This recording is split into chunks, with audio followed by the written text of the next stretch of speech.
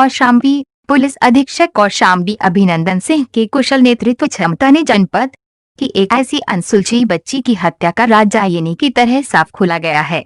वह अत्यंत सराहनीय है। कुशल मार्गदर्शन में प्रभारी निरीक्षक कोखराज राकेश कुमार तिवारी ने घटना के दिन से ही गहन मंथन कर रहे थे।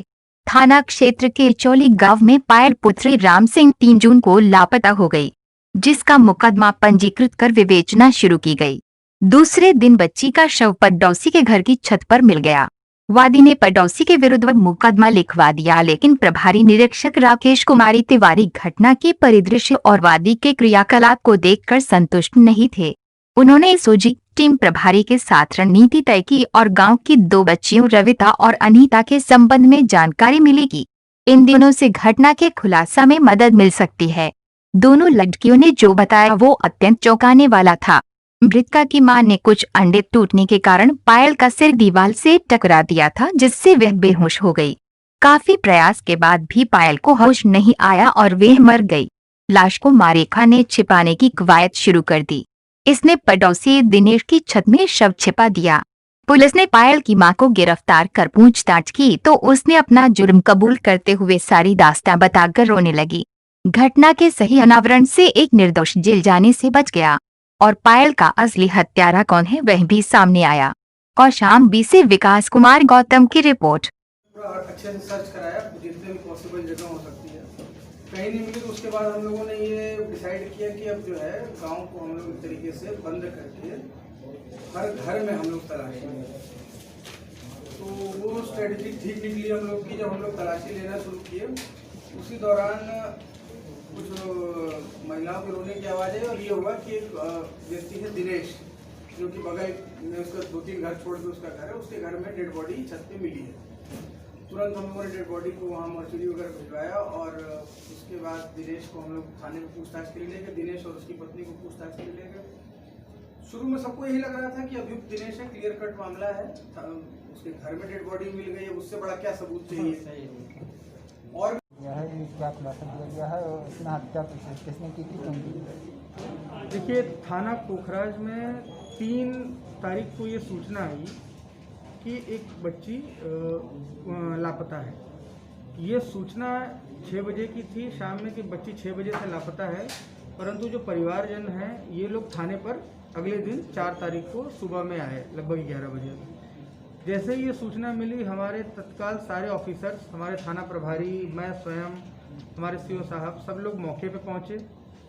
हम लोगों ने व्यापक सर्च अभियान चलाया और उसके बाद जब हम लोगों ने एक एक करके घरों की तलाशी लेनी शुरू की तो उस दौरान एक व्यक्ति है जो 2-3 घर छोड़ के उसका घर था, मृतका के 2-3 घर छोड़ के उसका घर था, उसके छत पे डेड बॉडी मिली, अरहर की लकड़ियों में दबी हुई डेड बॉडी मिली।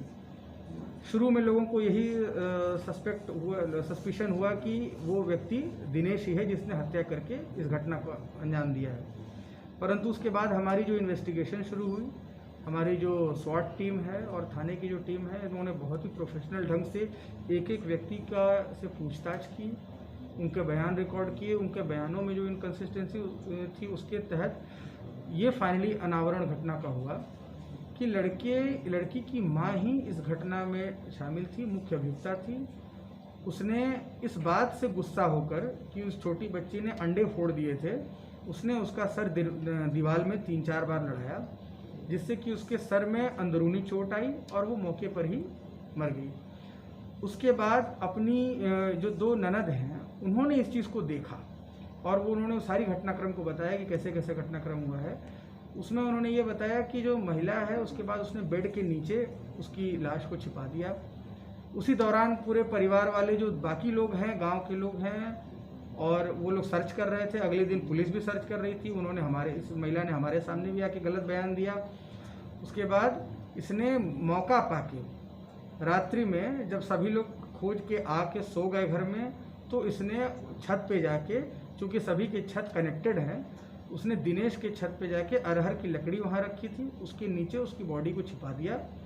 और एक पूर्व प्रायोजित कार्यक्रम के तहत जब पुलिस उनके घर में घुसने लगी तो ये चिल्लाना शुरू कर दिया, जब इनको लगा कि बॉडी पुलिस वहाँ से रिट्रीव कर लेगी, जब पुलिस को मिल जाएगी तो ये फंस जाएंगी, तो इसलिए उन्होंने पहले से ही चिल्लाना शुरू कर दिया ताकि शक जो है बिल्कुल दिनेश पे जाए।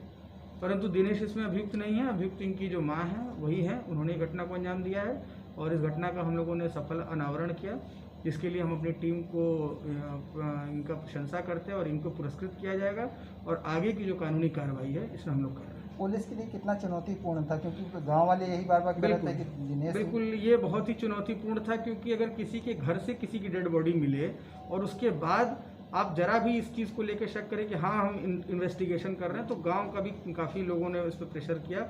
उन लोगों को ये समझ में नहीं आ रहा था कि पुलिस क्यों नहीं उसे जेल भेज रही है, परंतु हम लोगों ने बहुत प्रोफेशनली इसमें काम किया, सारे लोगों के सब बातचीत करके जो सही अभियुक्त है, जिसने सही में घटना अनावरण किया, एक घटना का कारित किया, उसको हम लोग उसको जेल भेज रहे हैं ताकि इस मामले में जस्टिस हो सके।